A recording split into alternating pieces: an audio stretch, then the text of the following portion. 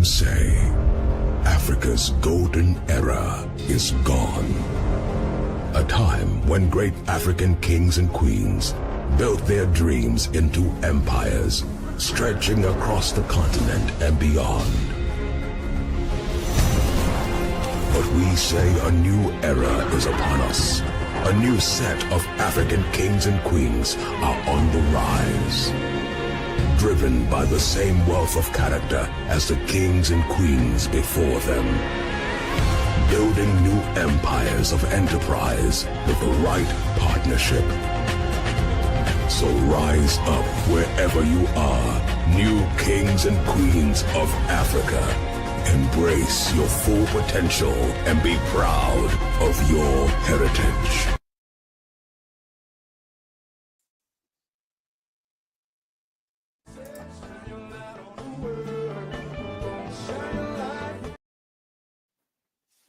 We don't need the video going while I'm up here. How y'all doing? How y'all doing? Welcome to another experience of the New Africans.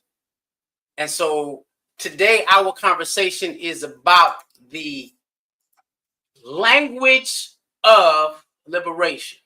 How has it developed your journey? And we tell you, we always are trying to get and ask, because I've been asked from the New Africans that, hey, we want to have experiences with some of the senior members of our journey.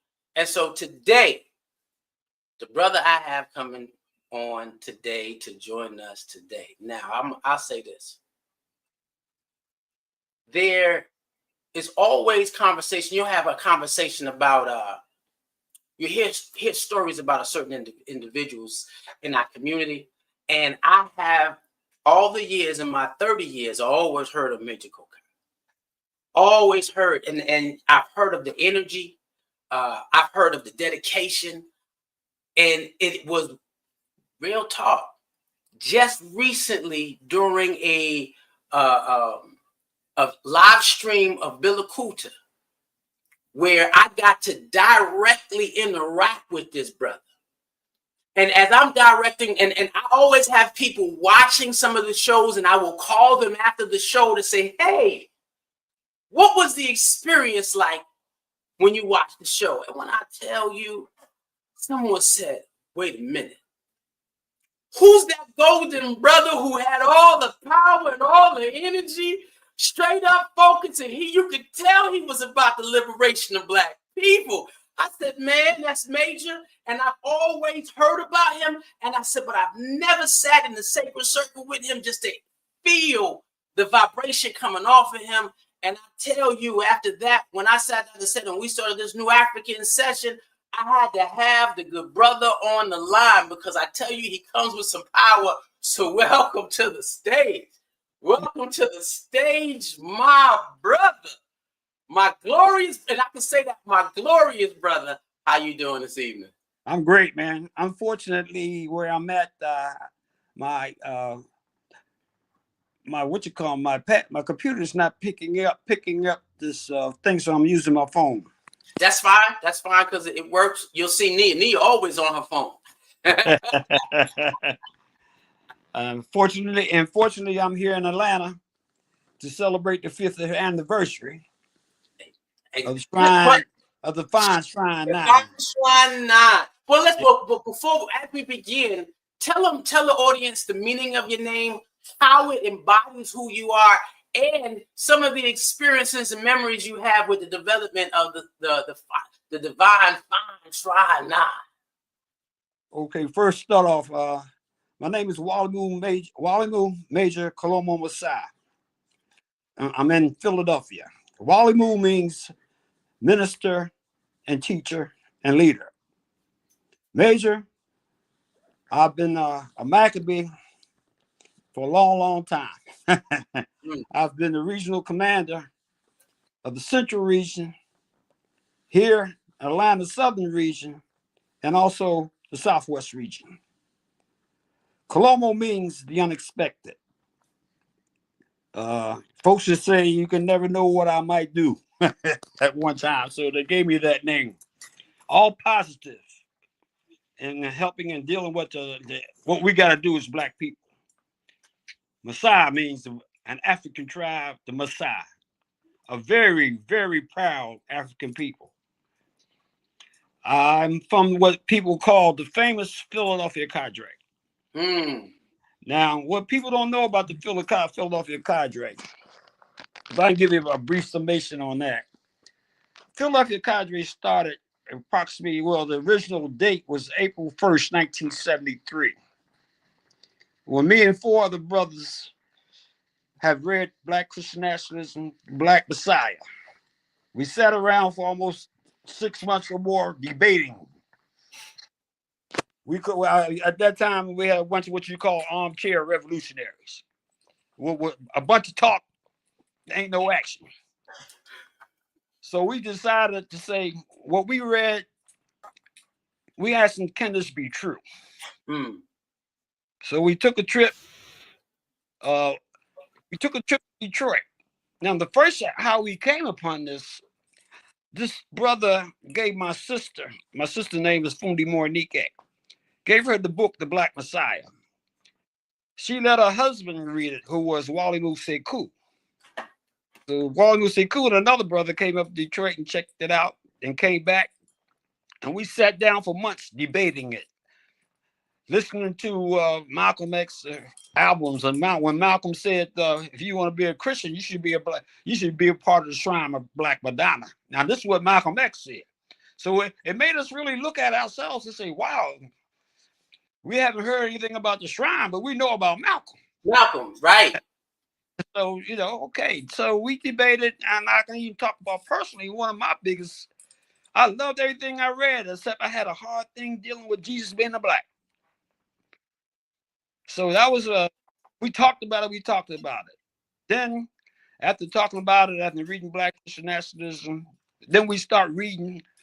This is a chapter in the Black Christian Nationalism is a reading book list. We start reading the books. Okay, it's time to go to Detroit. So we go to Detroit, and it actually blew our mind. The building or the shrine itself, which also blew our mind, was an interaction with black people, love and concern, talking about building a black nation. So they treated us well the whole weekend, and that Sunday, the five of us, well, Walimu Sekou had already joined. The five of us joined that Sunday. And then we met with Jeramogi after Jeramogi baby Ajman. We met with him afterwards. And he said, if y'all serious, go back and organize. And that's what we did. Now, the hardest part, we in Philadelphia, so we had to learn what it is to be a black nationalist. We had to talk to people. And one of the hardest things to talk to people was not having a visible institutional building. And people talking about, we got to go to Detroit, So that was part of it. So we start talking to people, and people read the book, got interested. People read the book, got interested. So we got a bunch of people who was interested and got a bus and took a bus to Detroit. Some of them joined. That's when we really started trying to learn what the group process is, trying to learn how to change from individualism to communalism. We made a lot of mistakes, a lot of errors, but we wanted to be in this thing called Black Christian Nationalists. So we had to understand what it took for total commitment. We didn't want to, but we had to alienate our friends and our families because we had to change. Part of being a Black Christian Nationalist and trying to be a revolutionary and being what God wanted you to be, you could not have the same mentality, that what we call it the slave mentality. So then that's when it actually started out. And we formed teams. We try to learn the group process. we had a brother that Jeramoja appointed to be our group leader from Detroit over the phone. Wally Sadi Kifu. So we were starting to advance a little bit, getting our knowledge. We read Black Christian Nationalists and Black Messiah from the front to the back. We had to give presentations on each chapter, so we understand it, and we can actually give that same information to everybody else. So that was part. Then we started something that we started a food co-op type of thing. We used to go down to a place that sells groceries and stuff, the wholesale place. To get us into the Black community, we used to get bags of food, 2 and 3 bags of food for $5. So they, people say, "Oh, there's some young Black folks trying to do something." Then we started really talking to people. Then missionary outreach started. So when missionary outreach started, we got involved with that. We went to try to secure spots. Man, what I mean by secure spots is you go to different cities, you have to talk to the police department, you have to talk to store managers. So we went from Maryland to Maine. After we did that, folks, when the MRR started, folks from Detroit used to come to Philly. And because we had y'all traveled all the way up to Maine.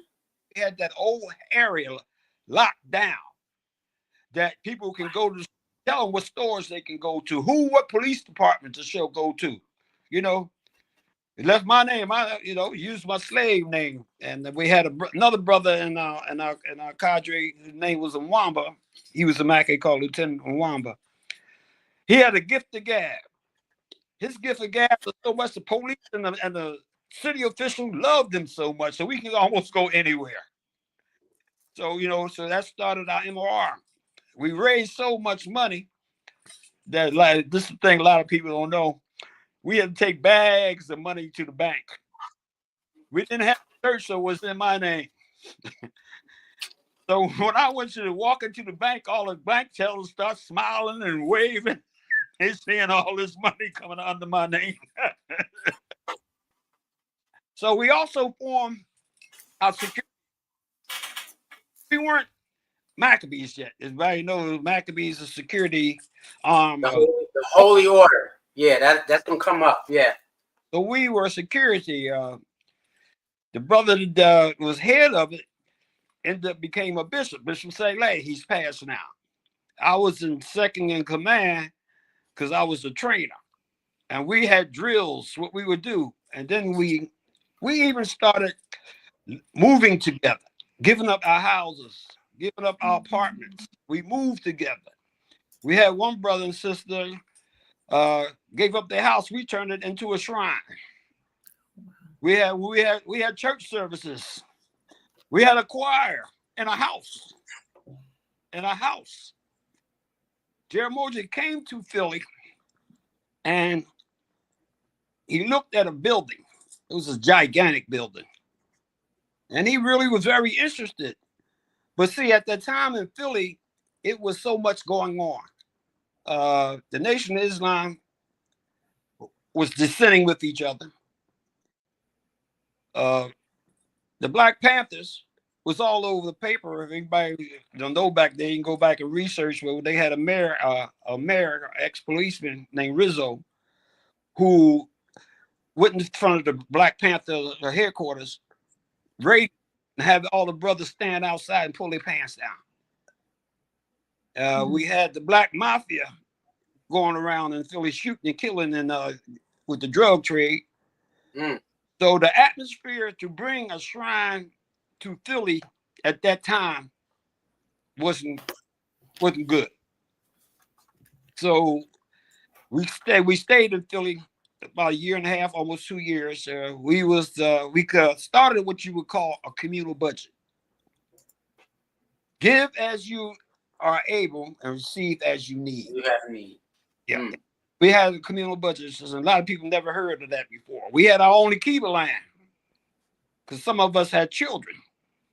So we had a trying, but the faith and the feeling of Black Christian nationalism was there. Like I said, we almost alienated our parents because we got away from this, what we consider the slave religion, which that's a hard part for some families to see their children get away from. You see more today, but we talking about this is 1973, 1974, 1975. So that was kind of hard on folks. So what we did, we tried to get our, not that we didn't love our relatives or nothing like that. So what we tried to do, we put on a performance showing our African rich heritage, showing the difference from slave theology to our theology. We fed them and we danced and we sang. So they got the point, not they still wasn't completely caught up in it, but they got to the point of understanding where we were coming from. That as Black people, we gotta be free. God put us on this earth to be free, And so then, in 1975, the Atlanta opened up and we came down.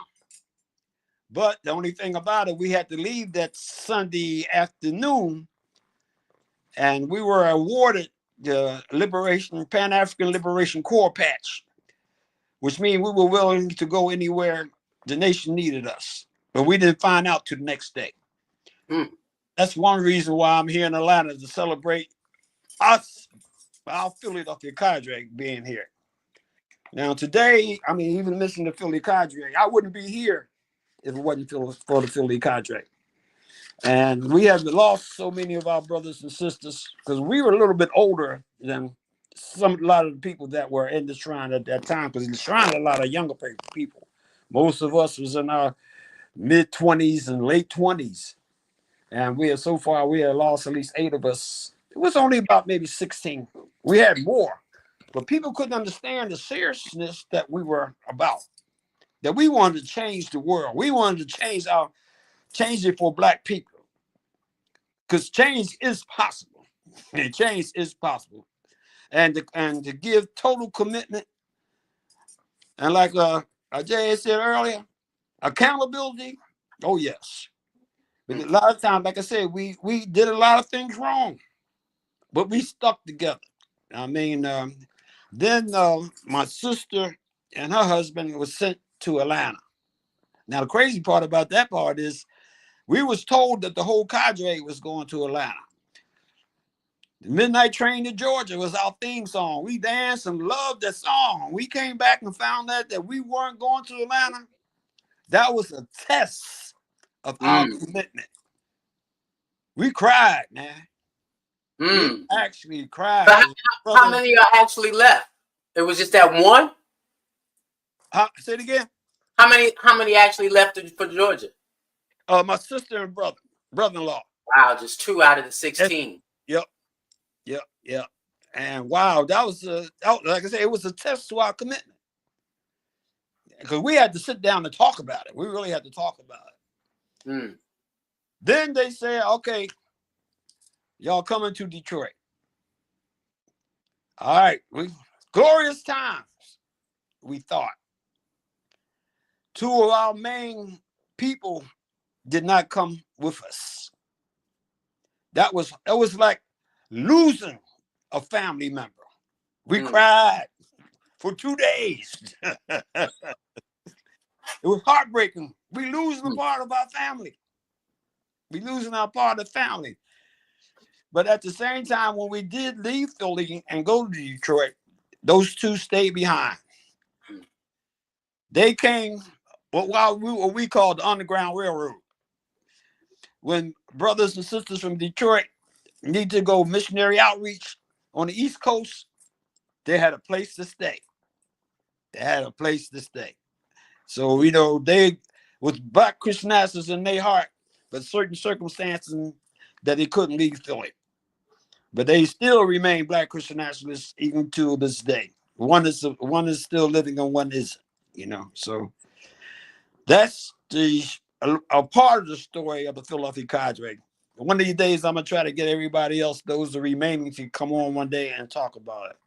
But my personal journey, once I got to Detroit,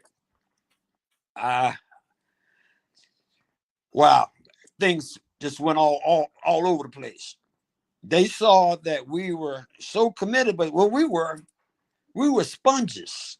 We wanted to learn everything we could learn how to preach, learn how to be a good Maccabee, and everything like that. And fortunately, I rose up in the ranks of the Maccabees. I trained with everybody, but that wasn't my only skill. When I was in Philly, I was a treasurer. So when we started the communal budget in Philly and Detroit, I became a part of what you would call the steering committee. Jerry Moja called me up to his apartment one day, along with the two other sisters, and said, "We're starting the communal budget here in Detroit, and y'all are responsible for it." And that was mind blowing. At the same time, I became a group leader. I also became the regional commander of the Maccabees. And then I was sent to Houston to reorganize. I was sent to Atlanta first. Well, I did go to Houston. I can tell you about that part. Well, I went to Houston to reorganize because we bought all this property in Houston, and the Maccabees need to be reorganized.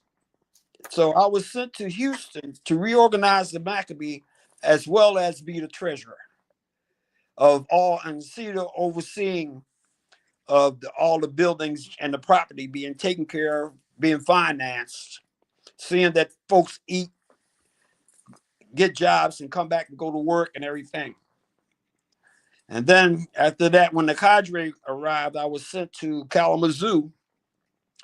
And then from Kalamazoo, I was sent to Detroit, where I rose up in the ranks to be this Central Regional Commander. Okay, then I was sent to Atlanta to reorganize and be the commander of the Maccabees in Atlanta. And then I was sent to Houston to be a commander of the Maccabees and reorganize everything in Houston. And then my father got sick in Philly. And with the blessing of Jerry Moja, he told me to go home and take care of my father. And once I got to Philly, I got stuck, with no income, no job, a house to take care of. But then over the years, I would still go back to Detroit, Houston, Atlanta, anytime something was going on, like I'm here now. And when I found out about Bila Kuta, I said, I got to be a part of it because I'm a Black Christian nationalist. I'm a Maccabee.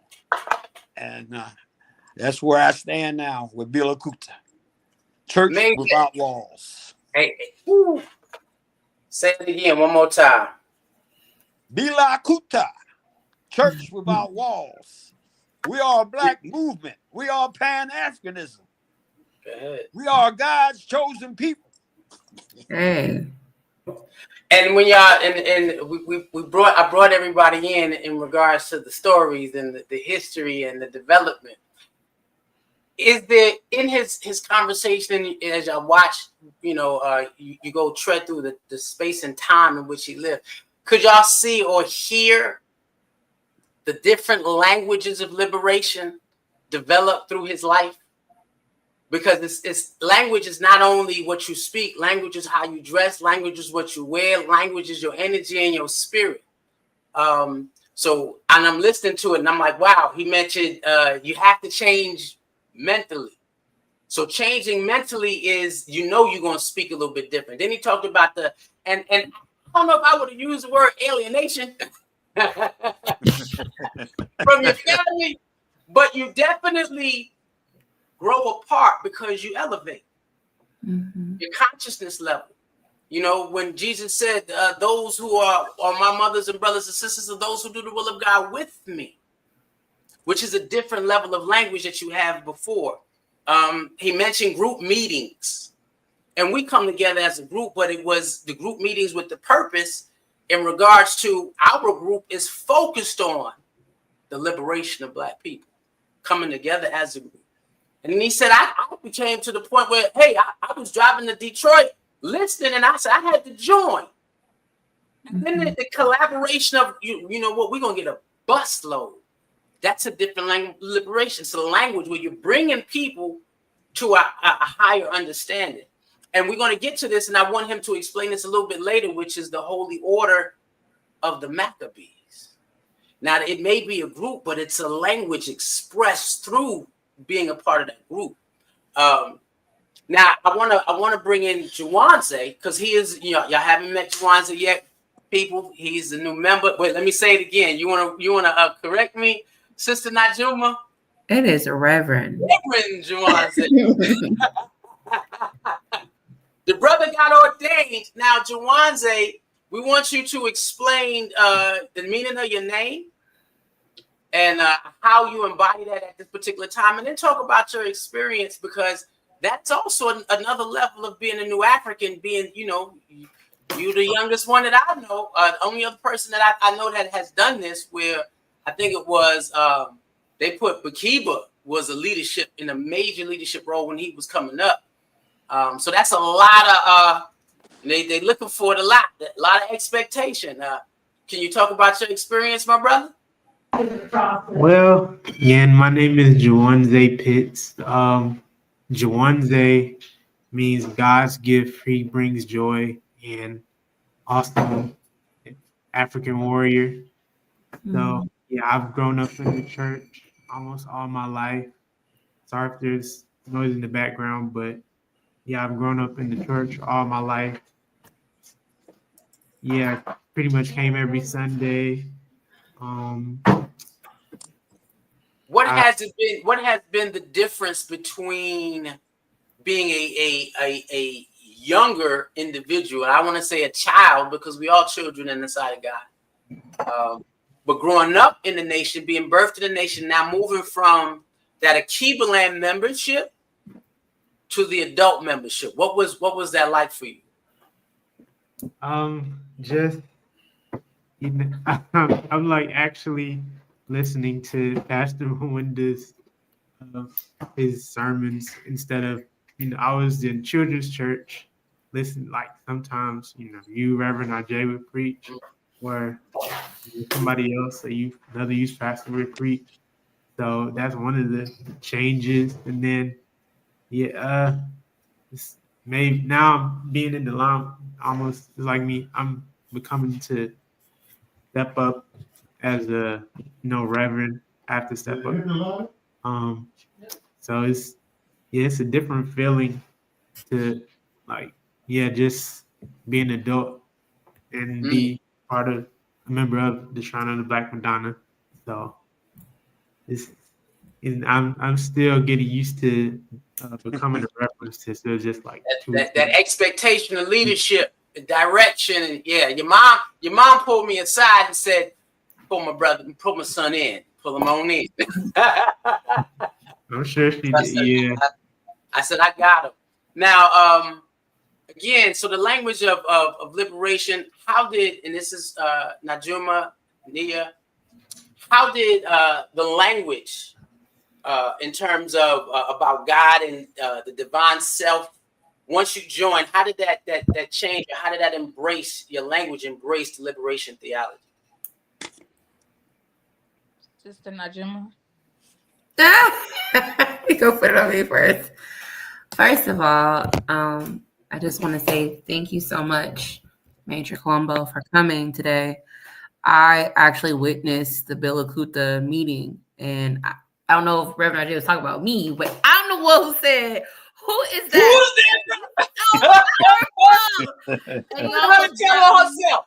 I'm telling myself I'll admit it, because that's honestly, you stood out so much. I love to hear the stories, and I think that's one of the reasons why I asked, hey, can we start getting some elders in here.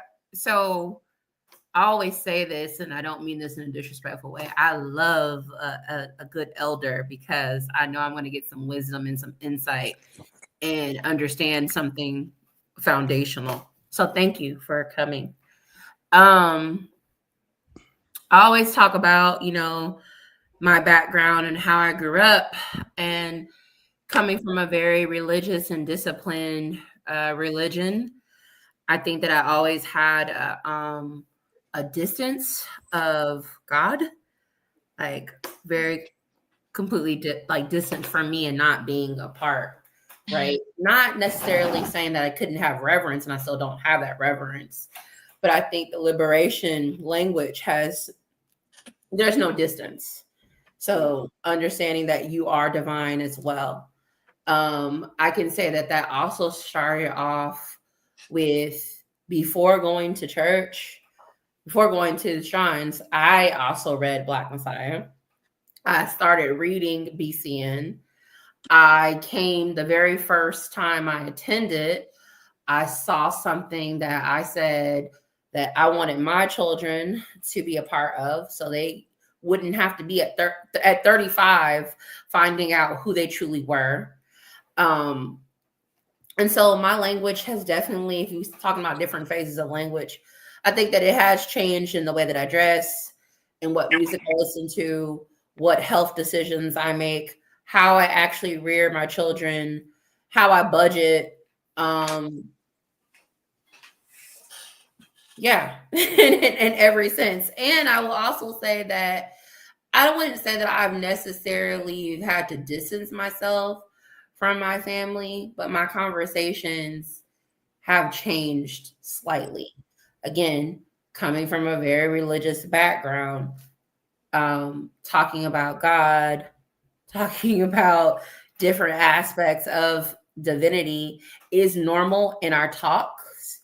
But now I can say that I've actually gotten closer to one of my brothers. My brothers are twins. One of them and they're complete opposites.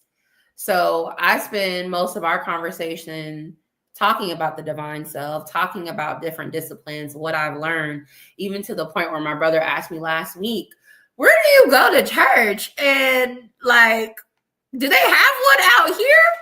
And so I actually said, well, we have Bill Akuta, so I can give you that link. Because our conversations have different. It has been different. It's not a low level thinking, I should say. It's not higher vibrational conversation. Survival, right? And most of the time, that's how we were talking about it. Coming from Oakland, you always on a hustle. You always have a hustle mentality. That's just what we grew up knowing, right? You beating the concrete, you try to figure out how to live. And so I'm not saying that you forget about that, because we still got to live, especially these days, but it's not talking about that anymore. It's talking about our consciousness. How are we connecting with the divinity within? How are we actually being resourced by the source?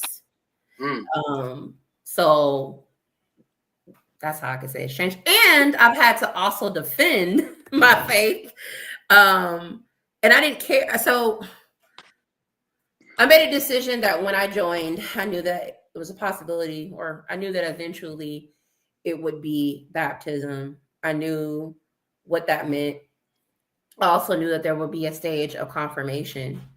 And so I knew that once I had made that decision, I had to feel comfortable that it may be a possibility that I would never talk to certain people in my family, or that I would never, and that may be their choice, or it might be my choice based off of you not respecting the life that I was chosen. Like, I didn't choose this.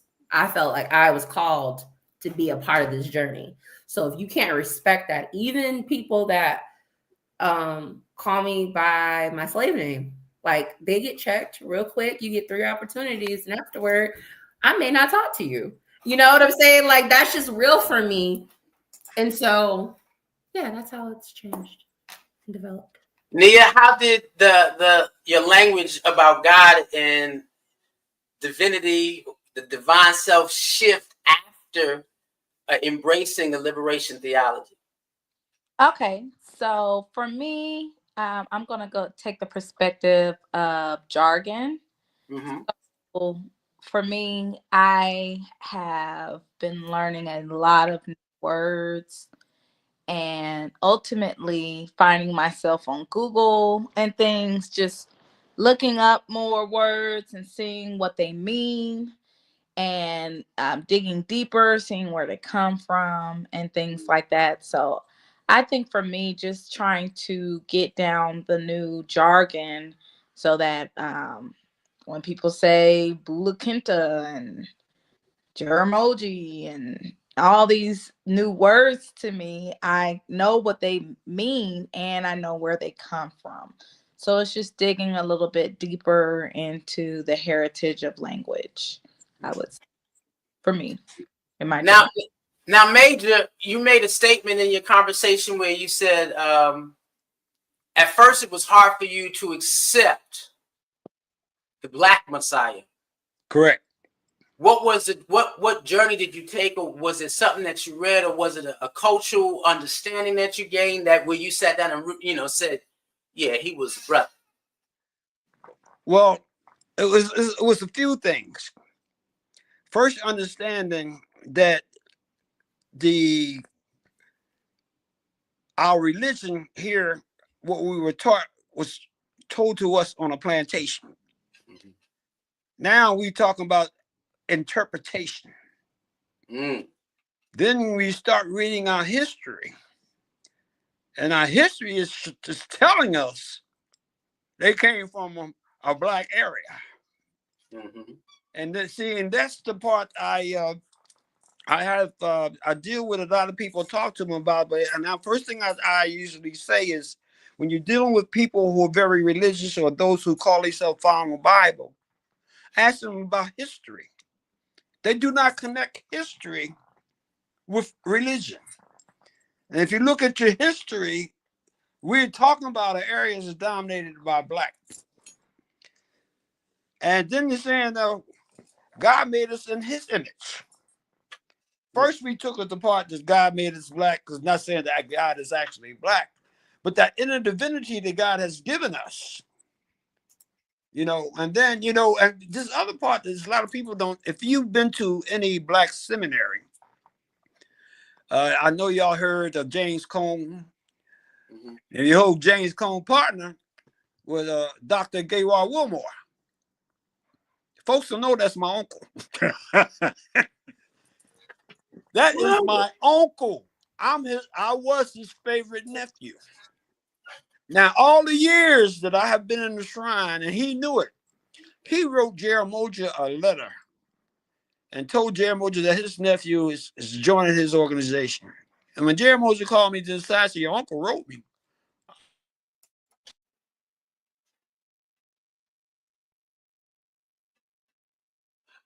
When the story was just getting great.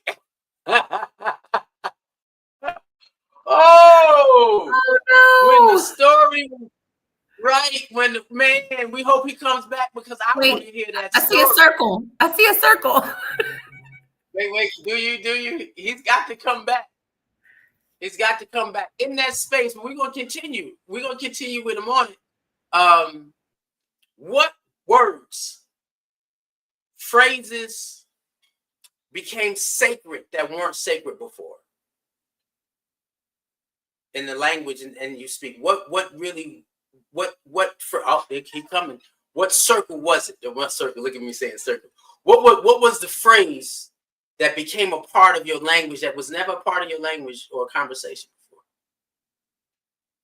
I know for me, I'll speak out first.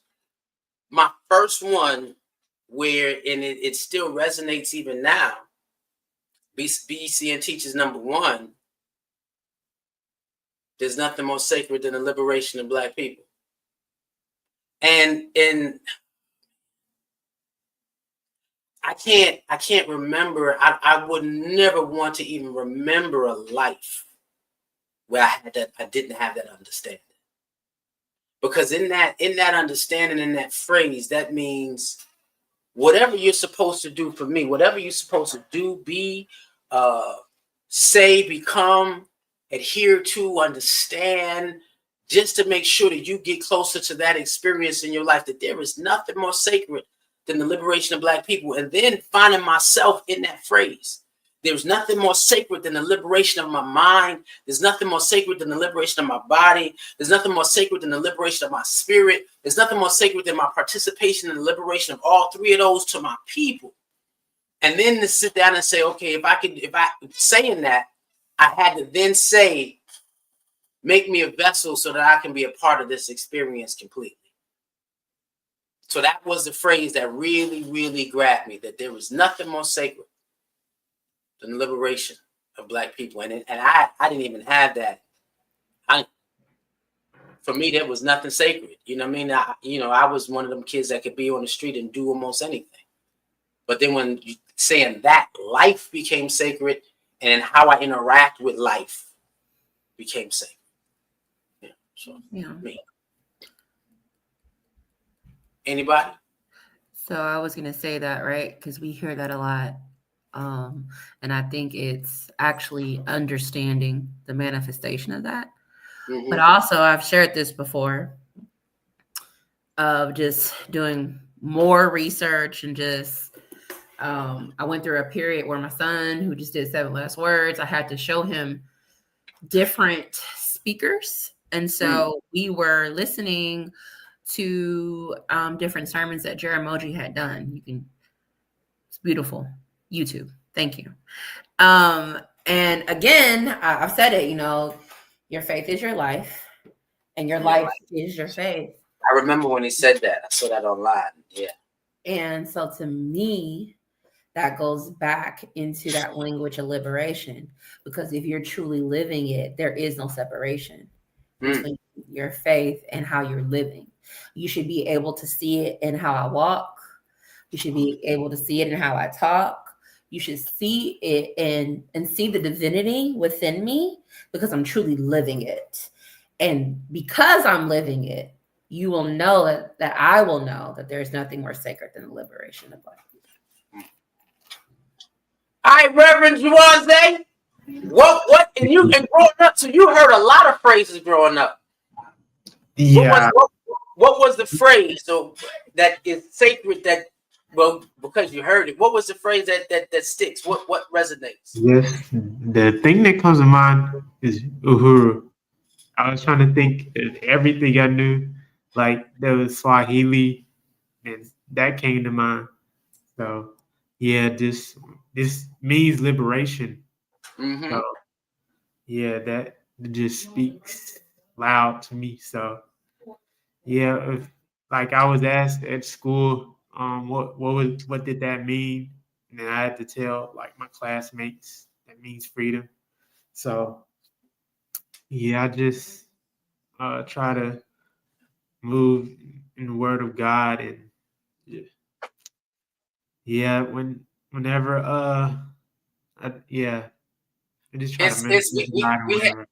We have that phrase, Uhuru Sasa, freedom now. And when the Maccabees sing it, man, it's some powerful stuff. To see the Maccabees sit down and do that presentation, and you're right, but that is a phrase that sticks. Azola, are you able to talk?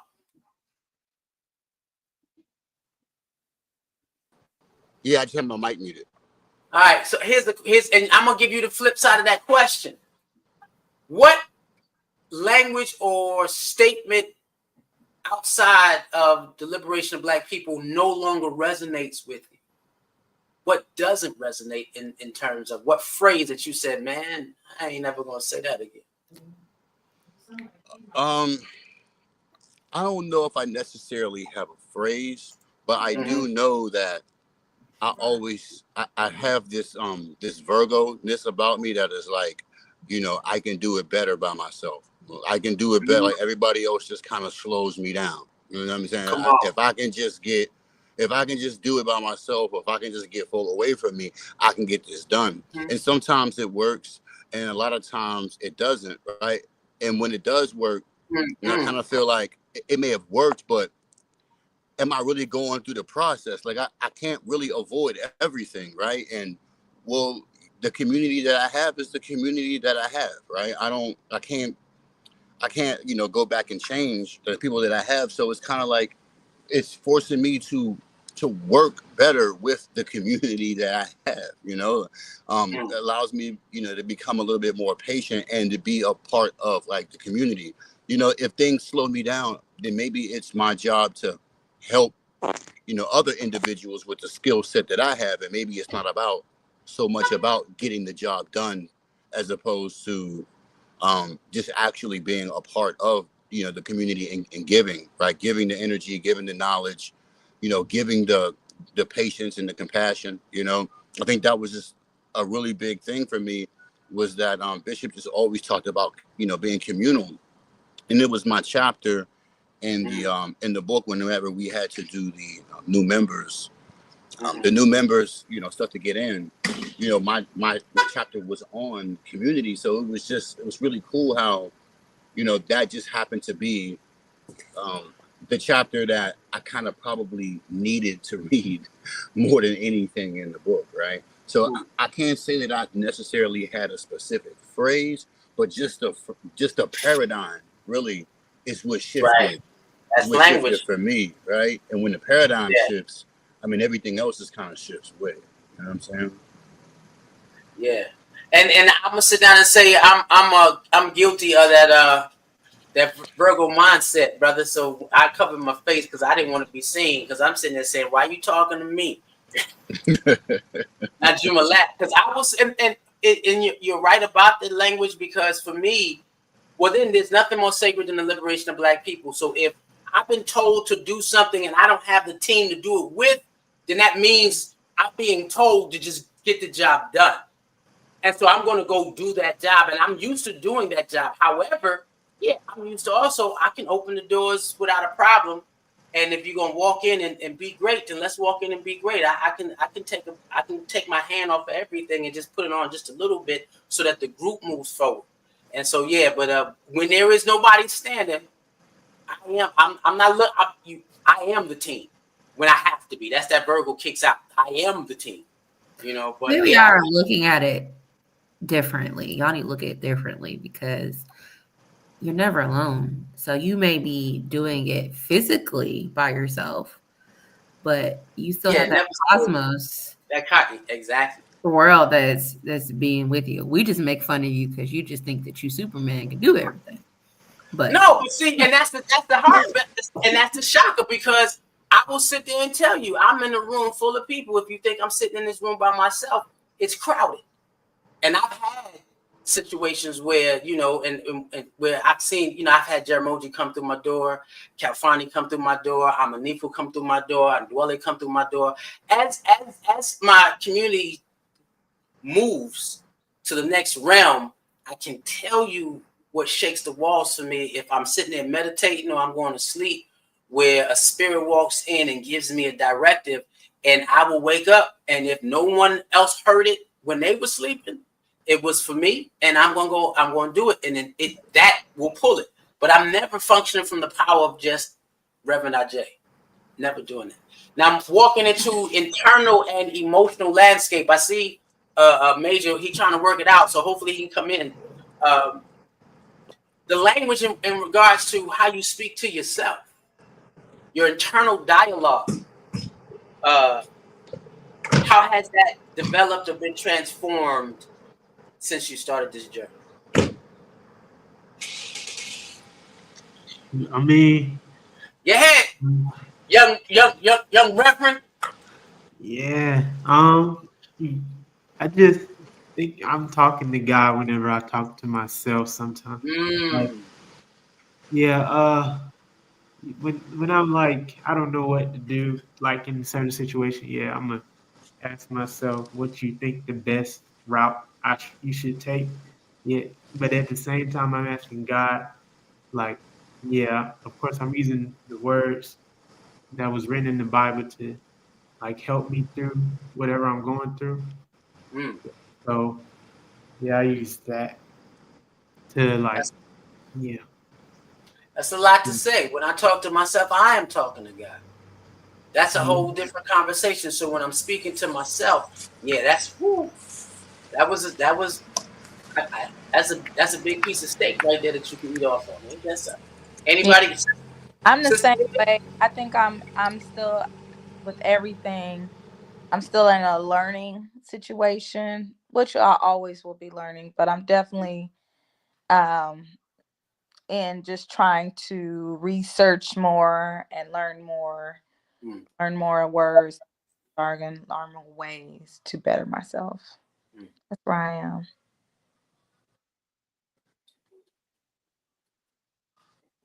We can't hear you. Are you on mute? Oh, No, me. I I was don't. on mute.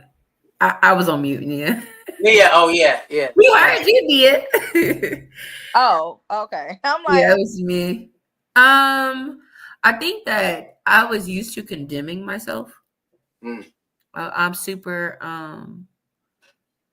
I'll admit it. I can be a perfectionist, but I can be a perfectionist because of past traumas that I've dealt with, whether it's been in childhood, whether it's been choices to be with certain people, all that stuff, right? That you deal with. And so I think that I was always in a space of saying, like, not necessarily like, oh, why me, but like, oh, I deserve this, mm, right? Like, oh, I'm not worthy to have this in my life. Oh, I'm not worthy of love, and all those things.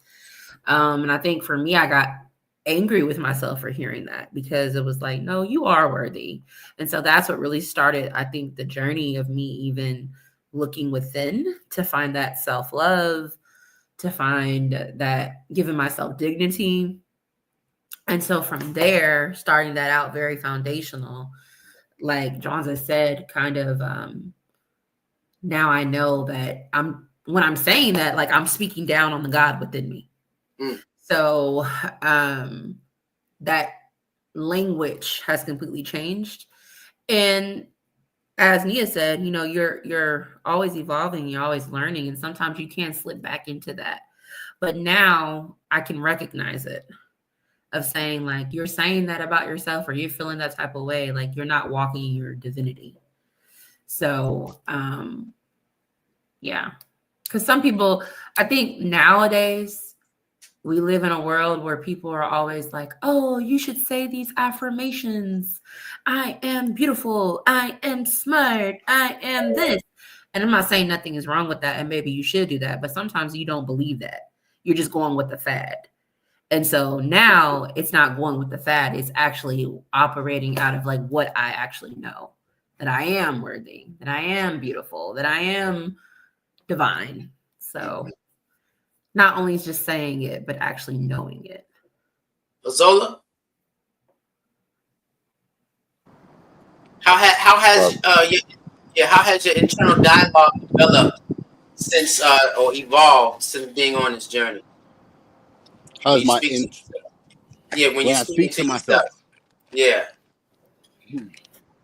Well, I know that when I speak to myself, I typically add, more of, my ancestors into the equation. When I'm speaking, you know, um, I guess I would say I don't necessarily know how my dialogue has changed, because I have been on like a serious journey, and that's kind of how I found the shrine.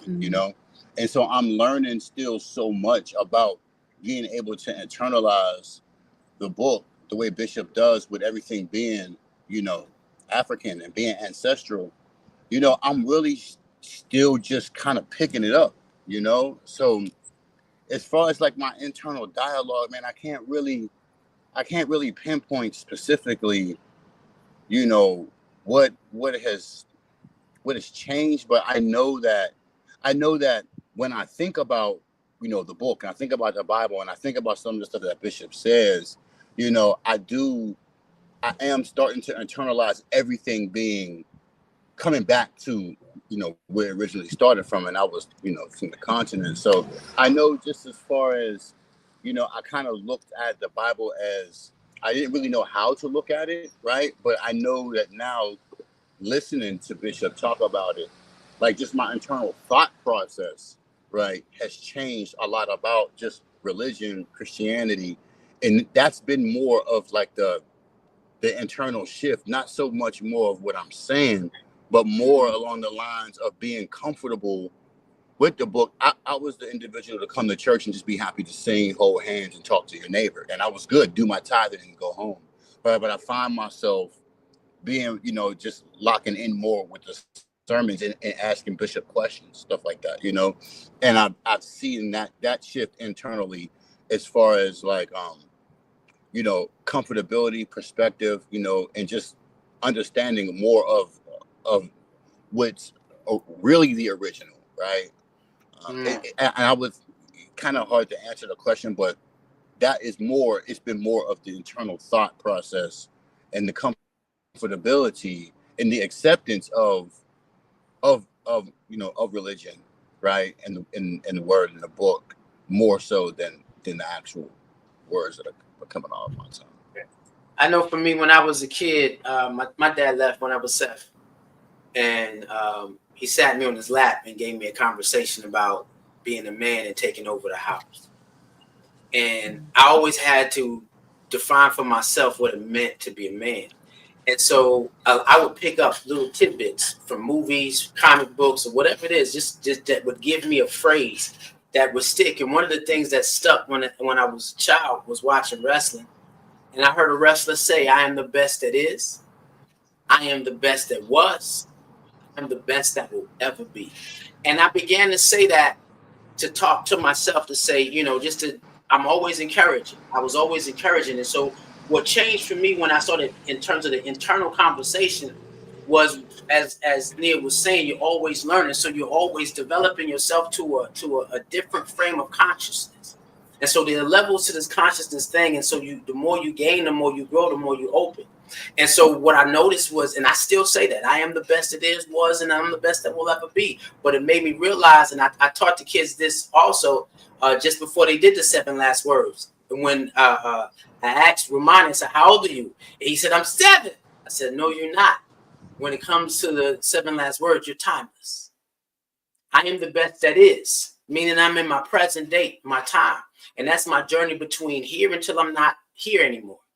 I'm the best that was. That means in another lifetime, I existed, or fragments of me existed in another lifetime. I am the best that ever be. So there's going to be a better me that I encounter as I move forward. So I started realizing that everything that, you know, in terms of that phrase, when I say it with the foundation, like Azola was saying, and I put the emphasis of my knowledge of self with it in terms of how God created me as a Black man. I am the best that is. Why? Because there's no other man that comes before me. I'm the best that was. There's no one came before me back then. I will be the best that ever be.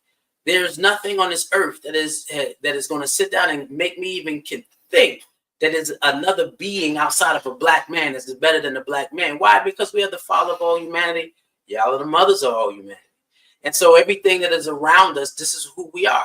And so to be able to walk in that greatness and understand it now, that phrase that came from a white wrestler, and now is a phrase that is reshaped, that says, you know, metaphysically and in my relationship to God, there is no second. And so give life your best, because you were made, you know, was it fearfully and wonderfully made. And so that phrase sticks. Body identity.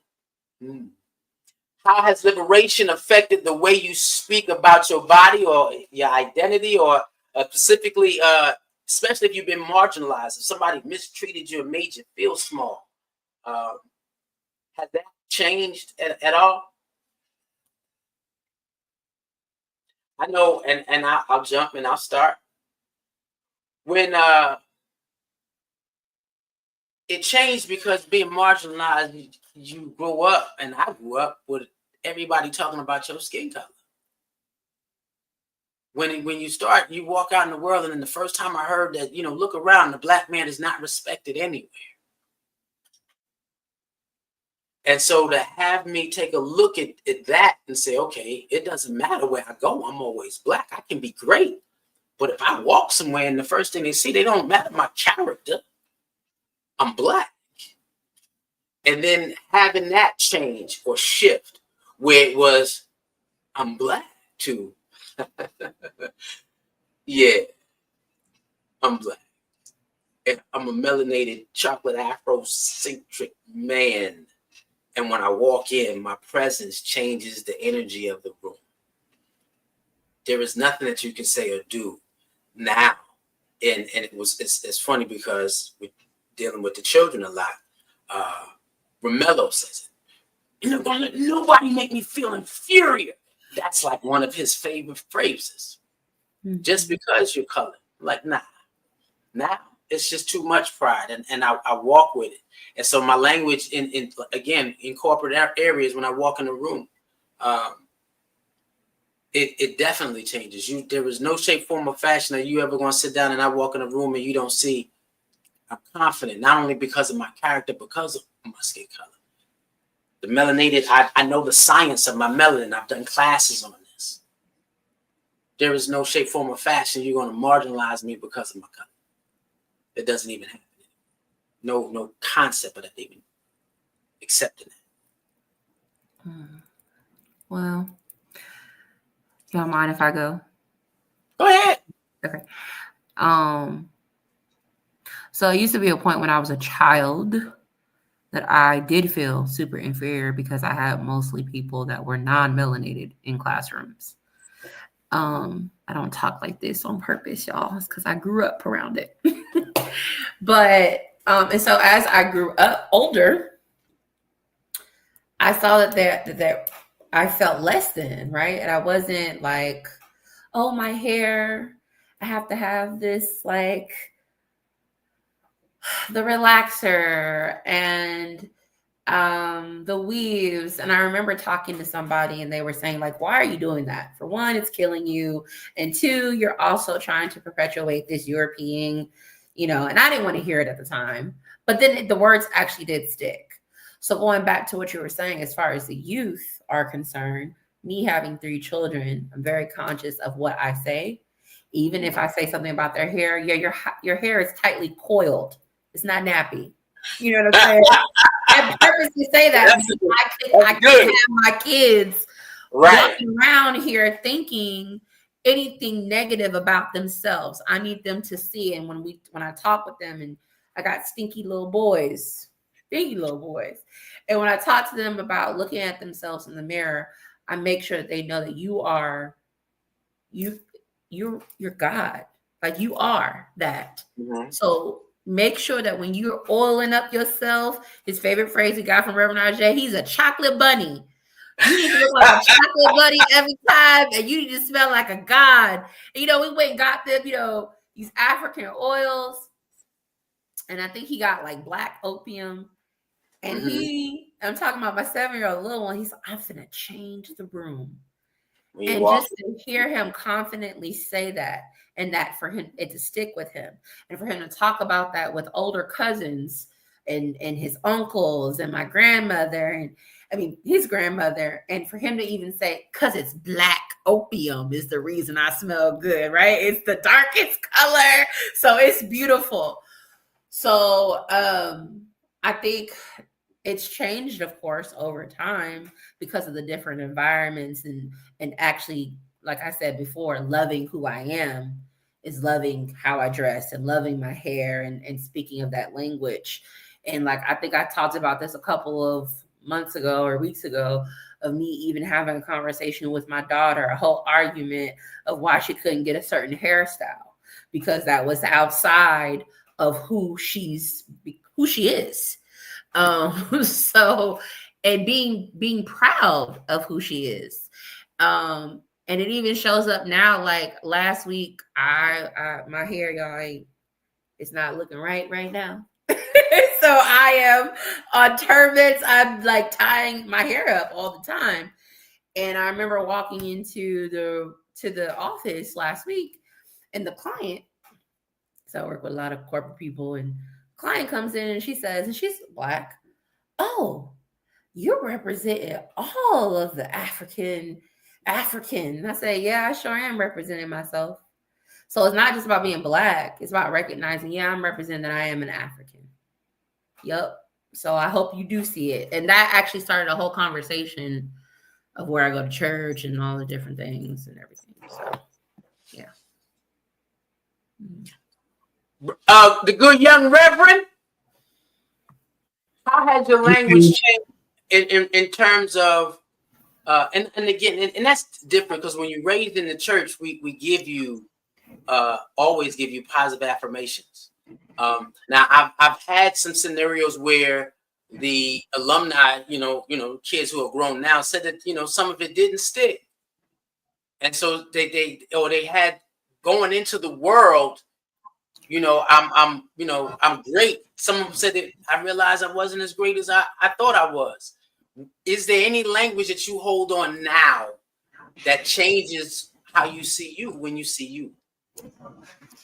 Well, I'll say just maybe because I grown up in the church, I didn't feel I was less than anybody. But and then I was pretty much proud. Well, at first, I'll say maybe since my name was kind of different than my classmates, but even though they were black, but name kind of stuck out. Well, actually, no, that's big because a lot of Akibaland went through that. You're right. But I mean, there were actually people like with African names in my school, but just kind of it was sometimes different to grow up like that. But I mean, I'm still proud of the fact, I'm African. I don't classify myself as African American, just African. Wow. Yeah, so I mean, and I'm proud to be black. So kind of, I did have to like grow into that to know that, black is beautiful, and to just be proud of my culture and proud of myself. I had to, that's the thing what Najuma said, to like actually sort of manifest the affirmation that you're saying instead of just saying it. Going through the motions. Yeah. I know one of the things that we talk about in terms of when we're dealing with African history and African spirituality, and we take a look at it in its foundation, that Africans held everything sacred, and so those names sacred, symbols sacred. And so you're right, coming up and if you didn't understand how sacred, the meaning, because you can ask John, what does your name mean? And John really may not know, Bruce ain't gonna know. Kerry ain't gonna know. But Jawan ain't know. And understanding that sacredness which connects you back to the presence of power of God. So being able to say you're right. So at the beginning I didn't have it, but now when I look at myself and I see my name and I see how I define myself, it connects me back to God, and it's a different experience. You're right. And we got Major now back, and I want to do this before, and we was holding on just for you, brother, because the show's not over. I don't know why I'm having such a problem here, boy. You know why? Because you was about to tell us the great story of when your uncle called Jaramogi, and I want to hear that story. Oh, you want me to tell it? Yes, please. Okay, well, my uncle, my father's brother, his oldest brother was Dr. Reverend Gaylord Wilmore. He a black theologian. He wrote a book called Black, along with James Cone, who was also considered a black theologian. They try to call him the father of black theology, which is false. I went to a seminar online. They called my uncle the father of black theology. I said, "Come on, y'all, this ain't right." So my uncle, like I said, he wrote with James Cone, Black Religion and Black Radicalism, which is required reading in all black seminaries. Now, he wrote Jaramogi. When I joined the shrine, he wrote Jaramogi a letter saying my nephew, he's proud of my nephew getting involved in something that's real black. But all through the years, like in my younger years, we weren't close. But as I got older, we became very, very close. But we never talked about Black Christian nationalism. And I think about that. You know, I say, wow, all these years, he would ask me how things going along in the shrine and things like that. And I tell him, blah, blah, blah. But we never discuss theology. Mm. And he used to, he said he know I was well read. And because before he passed, he wanted me to give me some of his books.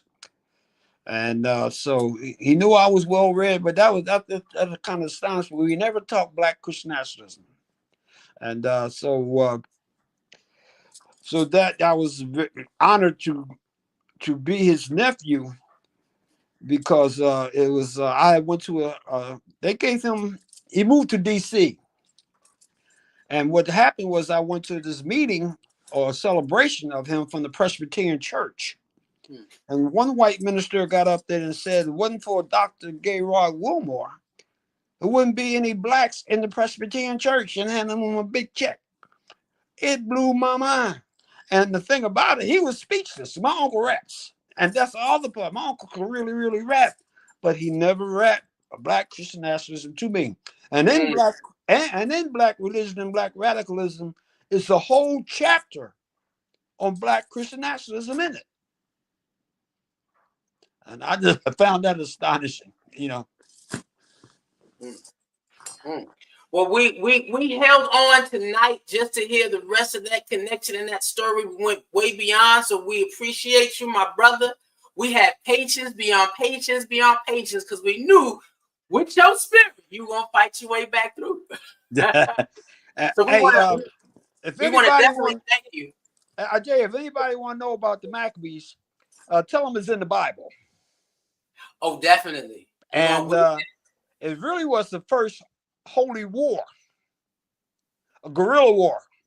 Guerrilla warfare. First, very good. And folks don't know that's where Hanukkah comes from. Yes, it does. And they were Black. Yes, it were. Yeah, that's one. And I'll speak to Daudi again this year, because we were supposed to do take a Sunday and do a sermon and do it up. And I had started writing the outline for it, but I don't know. I guess the things have changed. But I'll speak to him this year and see if I can get that etched in stone that I do the sermon on that Sunday to explain the power of the Maccabees and the why, as Black people, we need to celebrate Hanukkah.